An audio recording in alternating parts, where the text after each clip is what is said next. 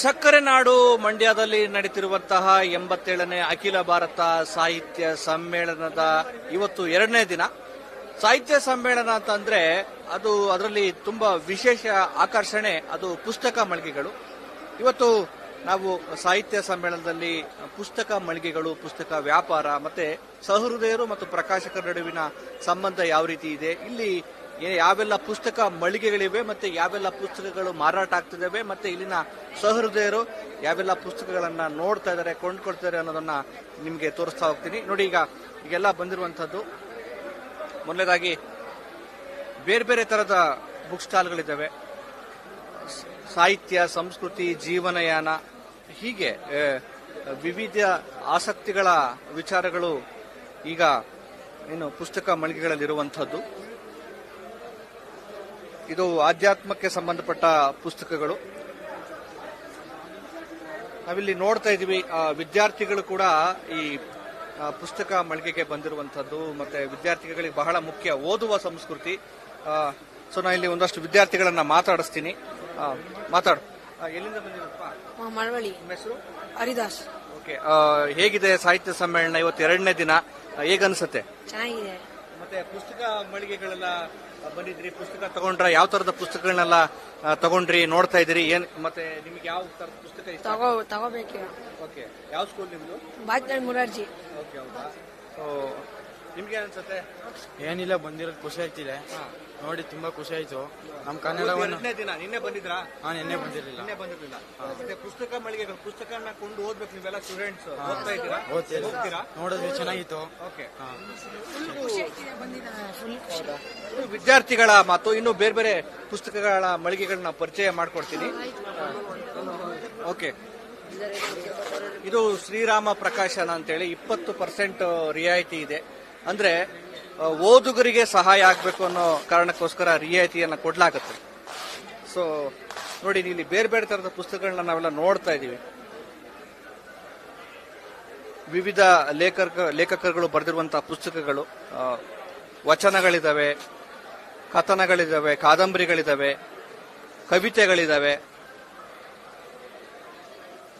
ಚಿಂತನ ಮಂಥನ, ಬೇರೆ ಬೇರೆ ಅಂದ್ರೆ ಓದುಗರಿಗೆ ಇಷ್ಟ ಆಗುವಂತ ತರಹೇವಾರಿ ವಿಷಯಗಳು ಇಲ್ಲಿ ಸಿಗುವಂತಹದ್ದು. ಸಕ್ಕರೆ ನಾಡು ಮಂಡ್ಯದಲ್ಲಿ ನಡೀತಿರುವಂತಹ ಅಖಿಲ ಭಾರತ ಸಾಹಿತ್ಯ ಸಮ್ಮೇಳನದ 2ನೇ ದಿನ ಅತ್ಯಂತ ಭರ್ಜರಿಯಾಗಿ ಸಾಗ್ತಾ ಇರುವಂತದ್ದು. ಅದರಲ್ಲೂ ಪುಸ್ತಕ ಮಳಿಗೆಗಳು ಬಹಳ ವಿಶೇಷವಾಗಿ ಕಾಣ್ತಾ ಇದ್ದಾವೆ.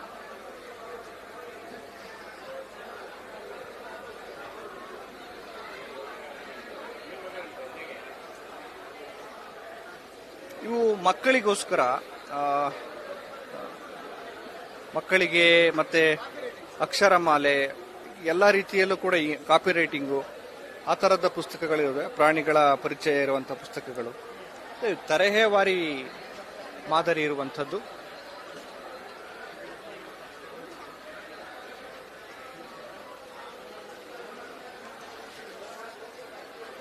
ಇನ್ನು ಸಾಹಿತ್ಯ, ಸಂಸ್ಕೃತಿ, ಚಿಂತನೆ, ಎಲ್ಲ ವಿಚಾರಗಳಿಗೆ ಸಂಬಂಧಪಟ್ಟ ಪುಸ್ತಕಗಳನ್ನ ನಾವಿಲ್ಲಿ ನೋಡಬಹುದು. ನೋಡಿ, ರೈಟರ್ಸ್ಗಳು ಮತ್ತೆ ಸಿನಿಮಾ ಆಕ್ಟರ್ಸ್ ಅವರೆಲ್ಲೂ ಕೂಡ, ರಂಜನಿ ರಾಘವನ್ ಅವರು ಕೂಡ ಪುಸ್ತಕ ಬರೆದಿರುವಂತಹ ಪುಸ್ತಕ ಇಲ್ಲಿ ನಿಮಗೆ ಕಾಣಬಹುದು. ಆಮೇಲೆ ಪ್ರಾಚೀನ ಭಾರತ, ರಾಜಕೀಯ, ಇತಿಹಾಸ, ಹೀಗೆ ಬೇರೆ ಬೇರೆ ವಿಷಯಗಳಿಗೆ ಸಂಬಂಧಪಟ್ಟಂತಹ ವಿಚಾರಗಳನ್ನ ನಾವೀಗ ಪುಸ್ತಕ ಮಳಿಗೆಯಲ್ಲಿ ಕಾಣಬಹುದು. ಆ ತರದ್ದೆಲ್ಲ ಪುಸ್ತಕಗಳು ಇಲ್ಲಿ ಇರುವಂತಹದ್ದು. ಇಲ್ಲಿ ಒಬ್ರು ಓದುಗರಿದ್ದಾರೆ, ಅವ್ರನ್ನ ಮಾತಾಡ್ಸೋಣ. ಸರ್ ಬನ್ನಿ. ಸರ್, ನಿಮ್ಮ ಹೆಸರು? ನನ್ನ ಹೆಸರು ಕನ್ನಡ ಪ್ರಮೋದ್ ಅಂತ. ಓಕೆ.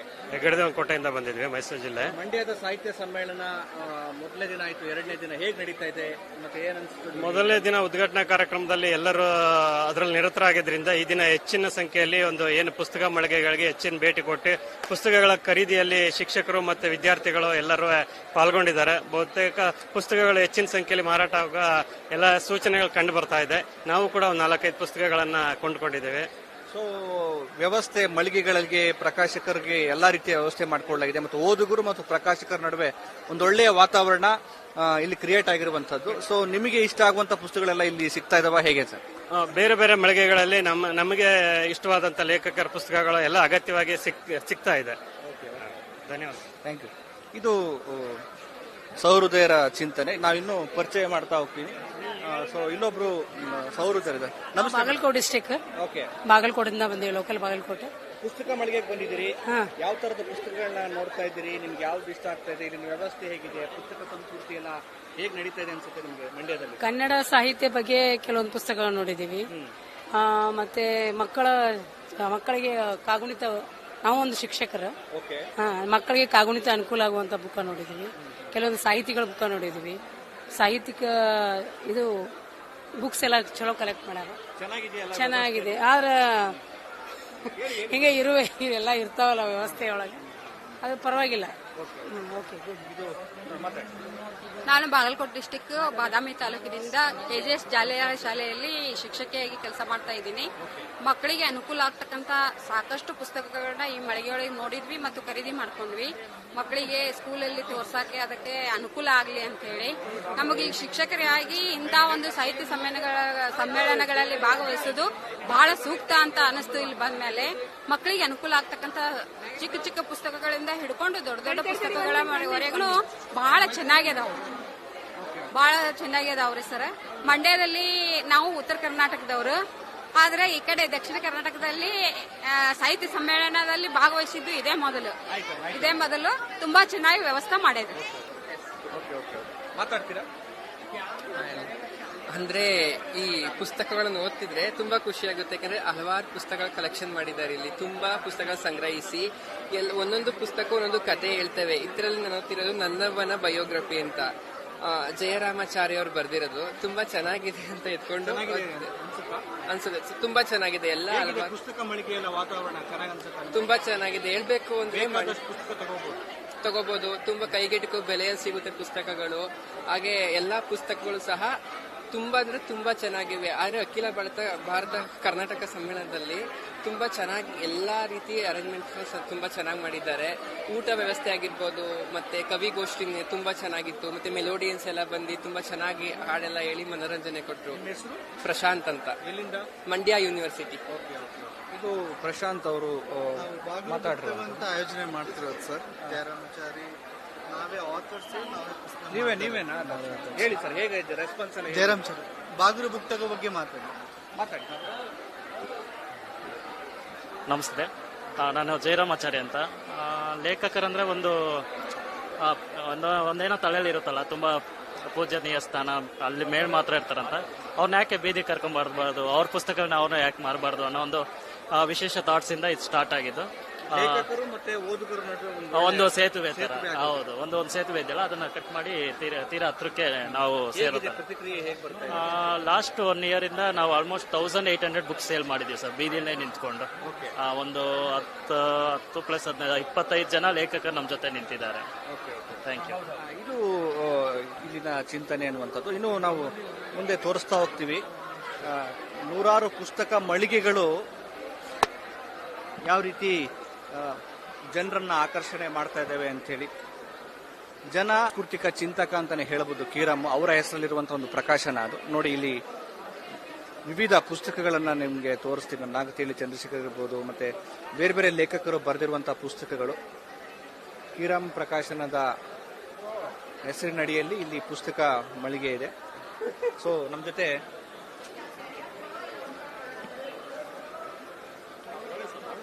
ಶಿವರಾಜ್ ಬ್ಯಾಡ್ರಳ್ಳಿ ಅವರಿದ್ದಾರೆ.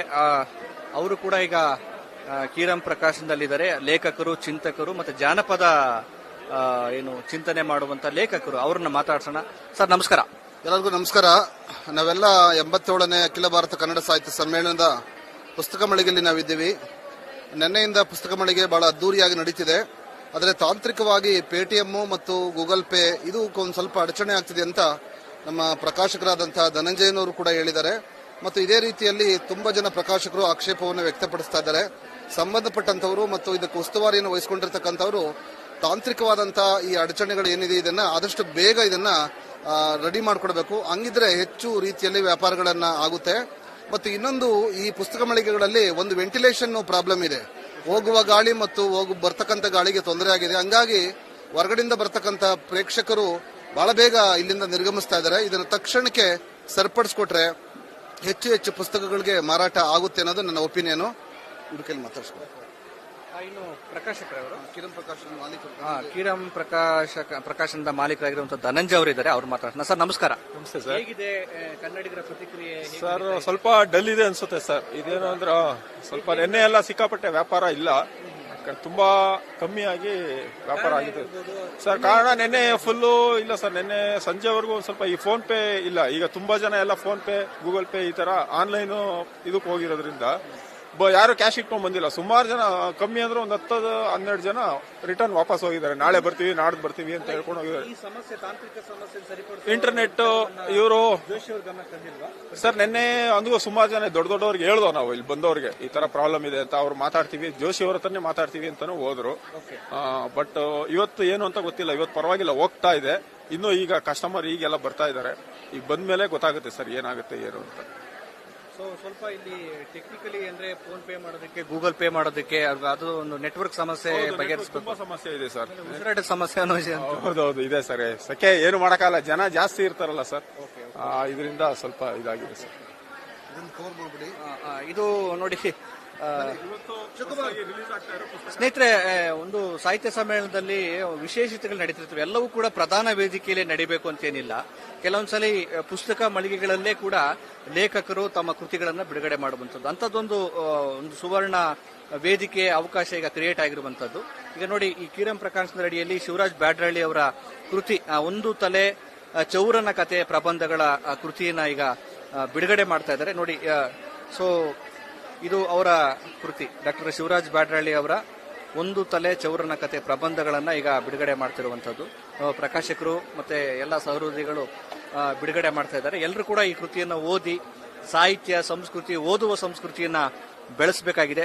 ಸರ್, ಇದು ಇಲ್ಲೇನ ಬಿಡುಗಡೆ ಮಾಡಿದ್ದು ಅಥವಾ ಇಲ್ಲ ಸರ್, ಇನ್ನ ಬಿಡುಗಡೆ ಆಗಿಲ್ಲ. ಸಾಂಕೇತಿಕವಾಗಿ ಇಲ್ಲೇ ಬಿಡುಗಡೆ ಮಾಡ್ತಾ ಇದೀವಿ. ಪ್ರಕಾಶನದ ಈ ಮಳಿಗೆಗಳಲ್ಲಿ ನಿಮ್ಮ ಪ್ರೋತ್ಸಾಹ, ಮಾಧ್ಯಮದ ಮಿತ್ರರೆಲ್ಲರೂ ಕೂಡ ಇದನ್ನ ಹೆಚ್ಚು ಜನರಿಗೆ ತಲುಪಿಸುವಂತ ಕೆಲಸವನ್ನು ಮಾಡಿ.